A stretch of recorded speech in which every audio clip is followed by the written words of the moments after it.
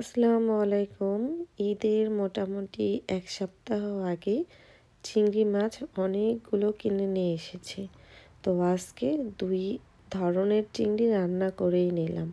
আর সেই সাথে বাজার থেকে একসাথে অনেকগুলো সবজি যখন নিয়ে আসে, যে সবজিগুলো সংরক্ষণ করে রেখে দেওয়ার মতো সেগুলো রেখে দেই।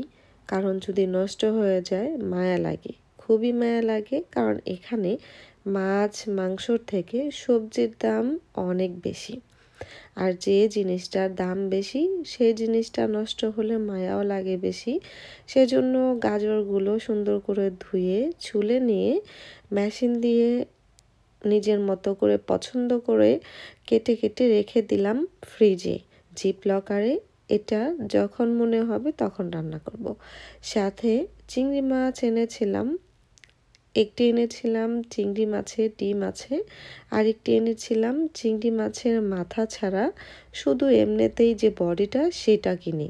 তো সেটাই আমি ২ ভাগে রান্না করব। ডিম আলাদা যেগুলো আছে মাছ সেগুলো একটু খানিকটা ভুনা করব, আর আলাদা যে ডিম ছাড়া মাছগুলো সেগুলো একটু ভুনা করব। মাছ ২ ভাবে খেলে হয়তোবা স্বাদটা ২ রকম পেতে পারি। আর যদি ২টা মাছই একসাথে মিক্স করে রান্না করি, কোনটা বেশি স্বাদ বোঝাই যাবে না।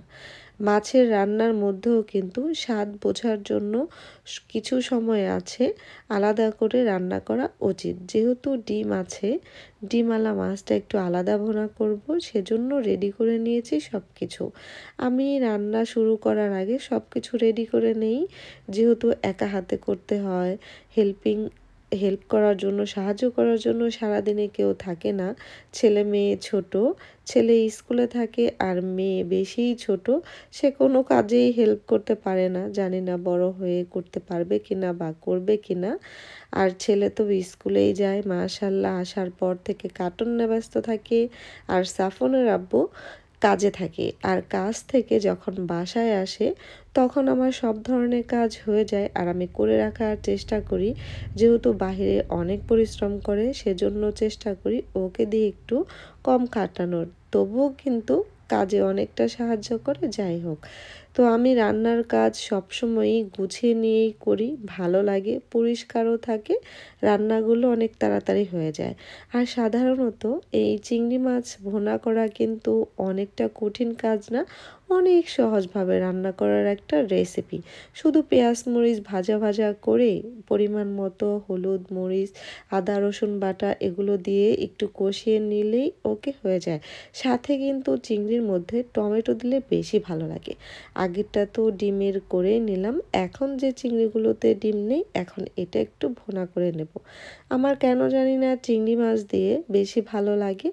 কানাডাতে আসার পর বাংলাদেশের মতো এতটা মজা লাগে না গরুর মাংস, মুরগির মাংস, হাড় চিকেন যেটাই হোক না কেন, কিন্তু চিংড়ি মাছটা একটু বেশি ভালো লাগে। আর ইদানিং আরেকটি মাছ আছে, ওই মাছটা ভেজে খেতে খুবই ভালো লাগে। যাই হোক, আস্তে ধীরে করে গল্প করতে করতে রান্না কিন্তু শেষ করে নিচ্ছি।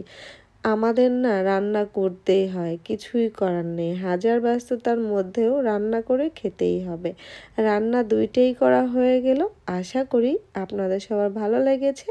ভিডিওটা এই পর্যন্তই। আর চিংড়ি মাছ কিন্তু খেতে মজা হয়েছে, দারুণ। আল্লাহ হাফেজ।